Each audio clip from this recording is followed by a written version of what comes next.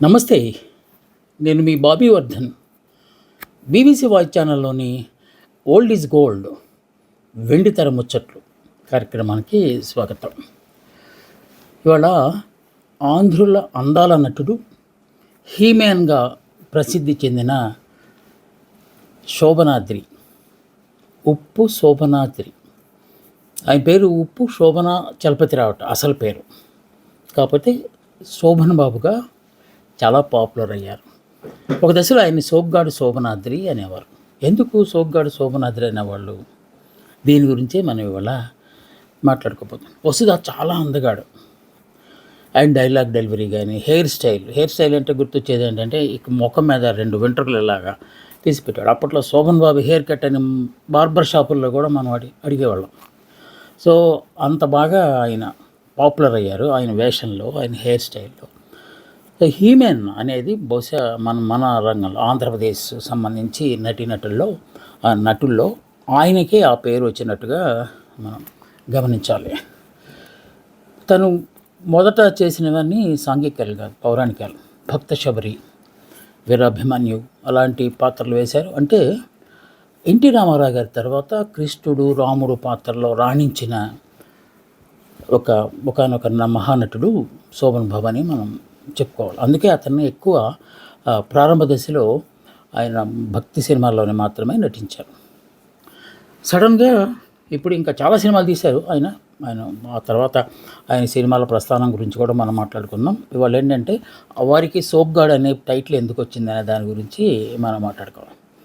1975లో K Bapayya గారు, D Rama Naidu గారు, దగ్గుబాటి రామనాయుడు గారు, వెంకటేష్ గారు ఫాదర్ ఉన్నారు కదా, దాదాఫాల్కే అవార్డు గ్రహీత. ఆయన సురేష్ మూవీస్లో సోగ్గాడు అనే సినిమా తీయాలని అనుకున్నారు. సోగ్గాడు అనగానే మామూలుగా మనం చక్క సూటు బూటు అందంగా ఉంటారేమో అనుకున్నాం. కానీ ఆ పాత్ర తాలూకు స్వభావాన్ని బట్టి పంచకట్లో శోభన్ బాబు గారిని చూపించాలనుకున్నారు బాపయ్య గారు. అప్పుడు దాకా ఇంకొక విషయం ఏంటంటే శోభన్ బాబు గారికి మహిళల ఫాలోయింగ్ చాలా ఎక్కువ. అఖిల గారికి ఎలా ఉండేవారు, సోమరావు గారికి కూడా ఉమెన్ ఫాలోయింగే ఎక్కువ ఉండేది, ఫ్యాన్స్ ఎక్కువ ఉండేవాళ్ళు. ఒక దశలో అఖిల నాగేశ్వర గారితో ఆయన పోల్చేవారు. అఖిల లేకపోతే ఆ తర్వాత సోమబాబే అనేవాళ్ళు. సో అలాంటి దశలో సడన్గా ఈ సోగ్గాడు లాంటి పాత్ర వేస్తే ఎలా ఉంటుందని బాపయ్య గారు కొంచెం జంకారట. బాపయ్య గారు ఆ సినిమాకి డైరెక్టర్. ఏ వేషం? రైతు వేషం, అంటే పంచి కట్టుకుని ఉండే వేషం వేయించారు. అక్కడ కూడా ఆత్మాభిమానాన్ని ఏమాత్రం వదులుకొని ఒక క్యారెక్టర్ ఆత్మతో వేయించారు. కాకపోతే దీన్ని జనాలు ఎలా రిసీవ్ చేసుకుంటారు? శోభన్ బాబు కానీ సూటు బూట్ కదా, ఆయన మెట్లు దిగుతుంటే అది ఒక రకమైన హావభావాలు అవన్నీ ఉంటాయి కదా, డైలాగ్ డెలివరీలు కూడా రాధా రాధా రాధా అలాంటి డైలాగులు ఉంటాయి కదా, ఇక్కడ మరి దీన్ని ఏంటి పరిస్థితి అని అందరూ జంకుతున్న దశలో అప్పటికే అఖిల నాగేశ్వర గారు కూడా ఇలాంటి పాత్రలే. కాకపోతే మోగ మనసుల్లో ఆయన ఈ పంచిగట్టు పాత్ర వేసినప్పటికీ ఆయన కూడా సూటు బూటు కరెక్ట్ లేదు. కాకపోతే 1971లో విపి రాజేంద్ర ప్రసాద్ గారు, అంటే మన జగపతి బాబు గారు ఫాదరు, ఆయనకు సొంత బ్యానర్ ఉంది జగపతి ఆర్ట్స్ అని. ఆ జగపతి ఆర్ట్స్ అంటే జగపతి బాబు గారి పేరుతోనే పెట్టారు, ఆయన కొడుకు పేరుతో. సో ఆయన దసరా బుల్లోడు అని ఒక సినిమా తీశారు. ఇది సోగ్గాడు, అది బుల్లోడు. దసరా బుల్లోడులో కూడా సేమ్ అక్కినే నాగేశ్వరరావు గారి పాత్ర అదే. అక్కడ కూడా 2 హీరోయిన్లు, వాణిశ్రీ, చంద్రకళ అదిరిపోతుంది. ఒకళ్ళు భారీగా ప్రేమించి పెళ్లి చేసుకోవాలి, ఇంకొకడేమో మరదలుగా ఉండి పెళ్లి చేసుకోవాలి. ఏదో ఆ స్టోరీ నేను చెప్పదలుచుకోవాలి. మరి తర్వాత ఎప్పుడో ఒకరోజు దసరా బుల్లోడు గురించి మాట్లాడదాం. సో ఆ పాత్ర అక్కినే నాగేశ్వరరావు గారు వేశారు. ఇదే పాత్ర దాన్ని అంగీకరించిన వాళ్ళు శోభన్ బాబు వేస్తే ఎందుకు అంగీకరించరు అని చెప్పి శోభన్ బాబుని ఆ పాత్రకే ఒప్పించారు. ఇక హీరోయిన్లు ఎవరు అంటే జై చిత్ర అని ఒక కొత్త హీరోయిన్ని అప్పుడు తీసుకొచ్చారు.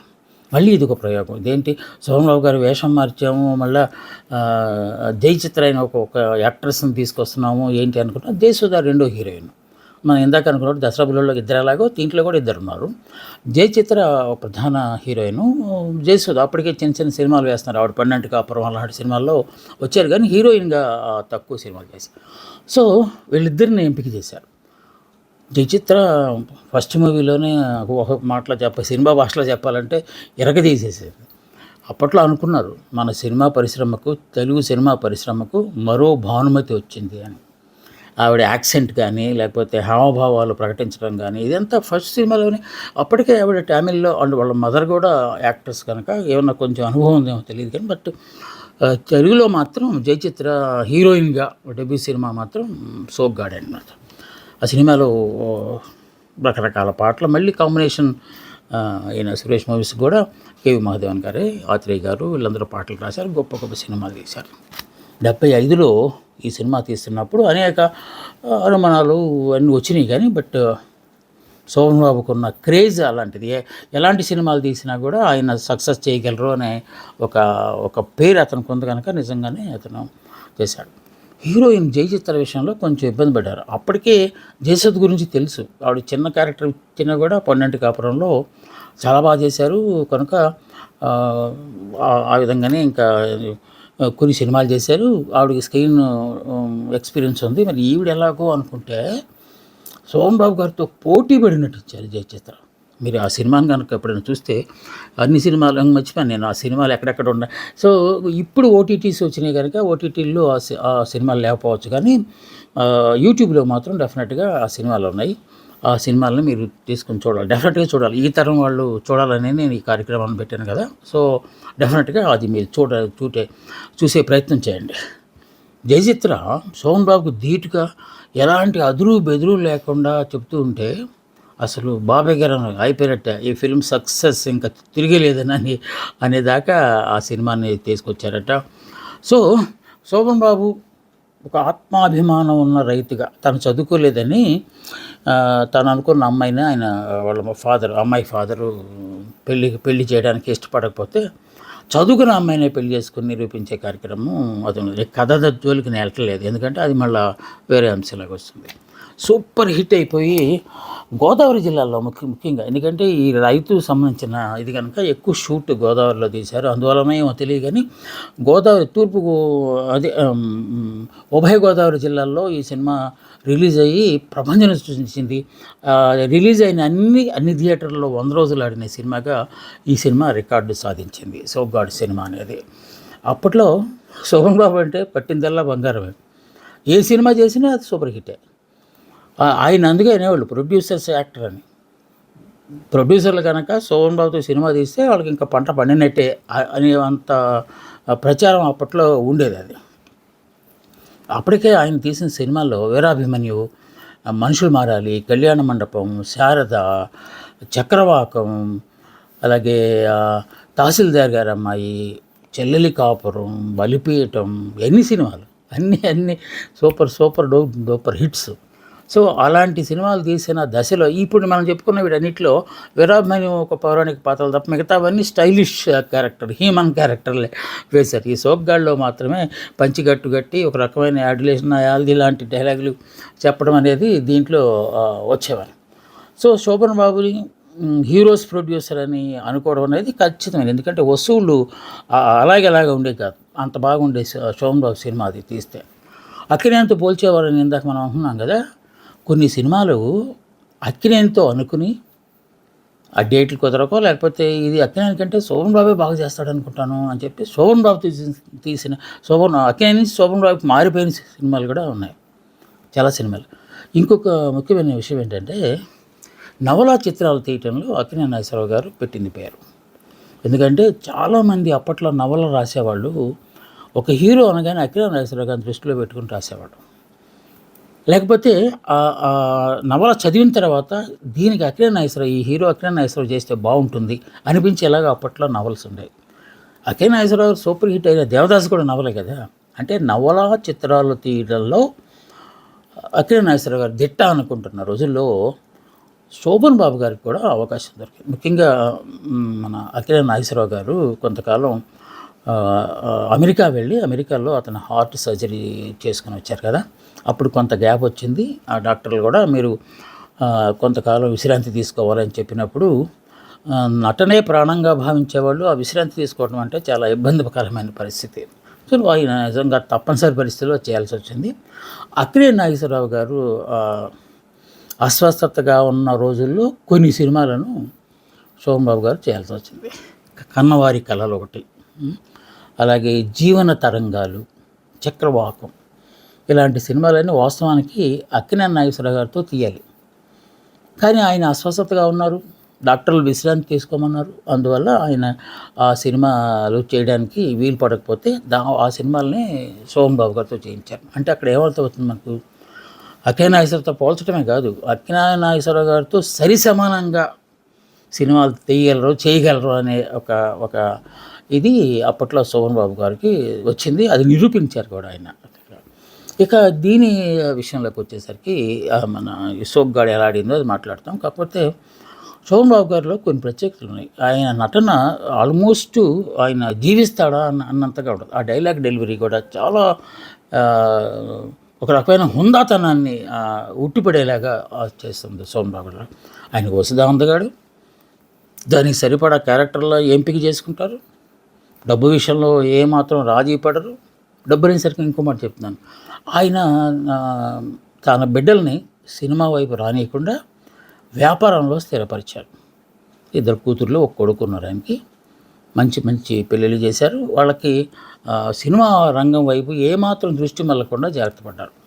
వాళ్ళని వ్యాపారంలో చేశారు. చాలామంది యువనటులకు, అప్పట్లో వస్తున్న యువనటులకి ఆయన చెప్పేవారు, ముందు మీరు ఇప్పుడు కనుక సినిమా అనేది ఒక లాటరీ లాంటిది, ఎప్పుడు తగులుతుందో ఎప్పుడు పోతుందో తెలియదు. మనం ప్రతి పైసాను జాగ్రత్త చేసుకుంటేనే భవిష్యత్తులో మనకేమన్నా అవకాశాలు లేని రోజుల్లో మనం సజావుగా బతకడానికి అది ఉపయోగపడుతుంది అని చెప్పి ఇలాగా ఆర్థికపరమైన సలహాలు చాలా ఇస్తూ ఉండేవారు. ఇప్పటి తరంలో నాగార్జున గారు ఆ పని చేస్తున్నారు అంటుంటారు.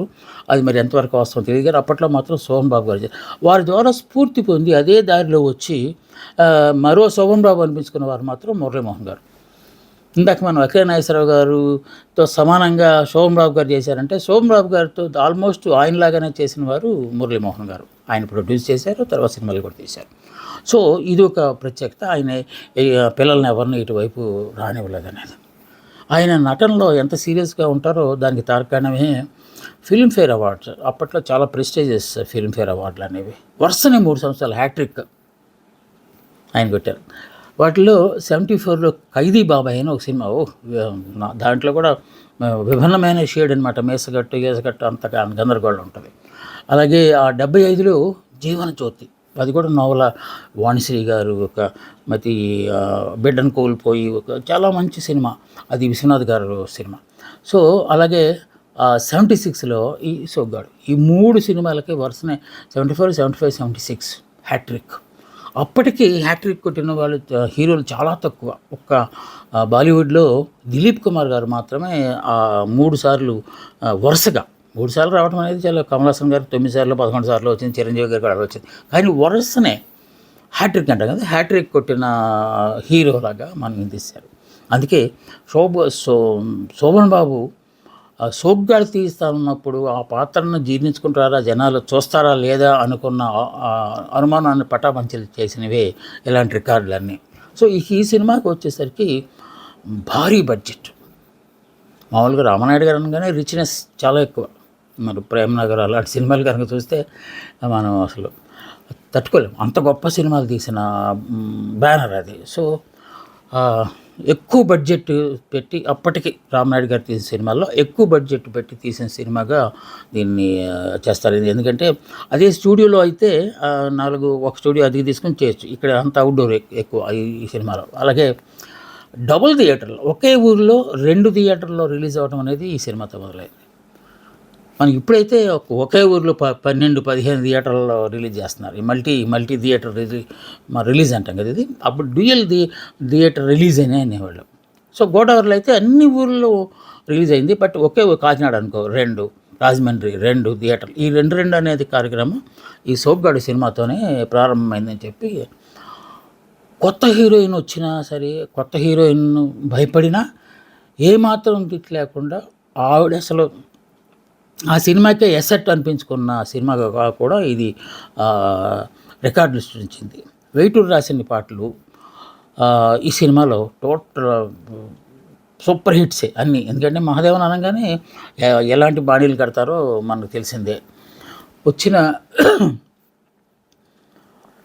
ఈ పారితోషికం ఇచ్చారు కదా ఈ సినిమాలో సోమబాబు గారికి, దాన్ని తీసుకెళ్ళి వెంటనే రియల్ ఎస్టేట్లో పెట్టేశారంట. జనరల్గా ఏం చేస్తారు, రకరకాల ఓ ఫ్లైట్ కొనుక్కున్న వాళ్ళు ఉన్నారు, దేశంలో ఉన్న అన్ని బ్రాండ్స్ తాలూకు కార్లు కొనుక్కున్న హ్యాబిట్ ఉన్న వాళ్ళు కొంతమంది అలా ఏం కొనుక్కుంటే తీసుకెళ్ళి రియల్ ఎస్టేట్లో పెట్టారట. ఈ సినిమా దగ్గర నుంచే శోభన్ బాబుకి సోగ్గాడు శోభనాద్రి అని, శోభన్ బాబు అని చెప్పి అనే ఒక టైటిల్ నిక్ నేమ్గా అది వచ్చేసిందని చెప్పాను. ఈ సినిమాకి ఇంకొక ప్రత్యేకత అంటే 50 days హౌస్ఫుల్ అనే బోర్డులు పెట్టారట. జనరల్గా ఏంటంటే ఒక తొలి 10 రోజులు 15 రోజులు హౌస్ఫుల్ ఉంటుంది, ఆ తర్వాత హాల్ నిండుతుంది కనుక ఏదో సంథింగ్ కొన్ని సీట్లు. 50 days హౌస్ఫుల్ అని చెప్పి వెళ్ళిన సినిమా చాలా సినిమాలలో మన ఇది 100 days ఆడటం అనేది కూడా శోభన్ బాబు సినిమాలకు బిజినెస్ అవటం కూడా అంటారు కదా, మనం సీడెడ్, నిజాము, రాయలసీమ ఇలాగ అమ్ముతారు కదా ఏరియాల వైగా. అసలు డౌటే పడరట శోభన్ బాబు సినిమా బాబు మేము తీసుకుంటాం అనేవాళ్ళు. అంటే బిజినెస్ అనేది గ్యారెంటీగా వస్తుంది అని చెప్పి అది. సో ఇలాగా సినిమాలు చేస్తూ ఆయనలో ఉన్న గొప్పతనం ఏంటంటే ఆయన అనగానే అందగాడు. శోభన్ బాబు అనేవారు అందగారు కనుక తన అందం పోయిన తర్వాత వయసు మళ్ళీ క్యారెక్టర్లు వేయడానికి ఆయనకి ఇష్టం లేక ఏకంగా సినిమాలే మానేశారు. అక్కినేని నాగేశ్వరరావు గారు చూస్తే చివరి దాకా కూడా సినిమా, ఎన్టీ రామారావు గారు చివరి దాకా సినిమాలు చేశారు. బట్ శోభన్ బాబు ఒక దశలో హలో గురు అని ఒక సినిమా తీశారు. దాంట్లో కూడా ఆయనే పోస్ట్ మార్టం చేసుకున్నారు. నాకు ఎలాంటి పాత్రలు నచ్చవు, వయసు మళ్ళిన పాత్రలు నాకు వద్దు అని చెప్పి ఆయన అప్పటి నుంచి స్క్రీన్ మీద కనిపించడం కానీ, స్క్రీన్కు సంబంధించి ఇంటర్వ్యూలు ఇవ్వటం కానీ మానేశారు. ఆయనలో ఈ అందము, గ్లామర్ అనేదానికి ఆయన ఎంత నిబద్ధతగా ఉండేవారు అనేదానికి ఇది ఒక ఎగ్జాంపుల్గా మనం చెప్పుకోవాలి. 2008 మార్చి 20న ఆయన ఒక అనూహ్యమైన సంఘటనలో సేతదీరుతూ వరండాలోనే కూర్చొని గుండెపోటుతో మరణించడం అనేది వెండితెరకు జరిగిన ఒక తీవ్రమైన నష్టంగా మనం భావించాలి. సోగ్గాడు మనకు లేడు అనేదాన్ని ప్రజలు దిగమింగలేకపోయారు. ఇది వెండితెర సోగ్గాడుకు సంబంధించిన కొన్ని ముచ్చట్లు. మళ్ళీ ఇంకా ఫ్యూచర్లో కూడా శోభన్ బాబు గారి ప్రస్తావన వచ్చినప్పుడు చాలా విషయాలు మనం మాట్లాడుకుందాం. ఓకే, మళ్ళీ వచ్చే వారం మరొక ఎపిసోడ్తో నేను మీ ముందుకు వస్తాను. అందాక సెలవు. నమస్తే, మీ బాబీ వర్ధన్.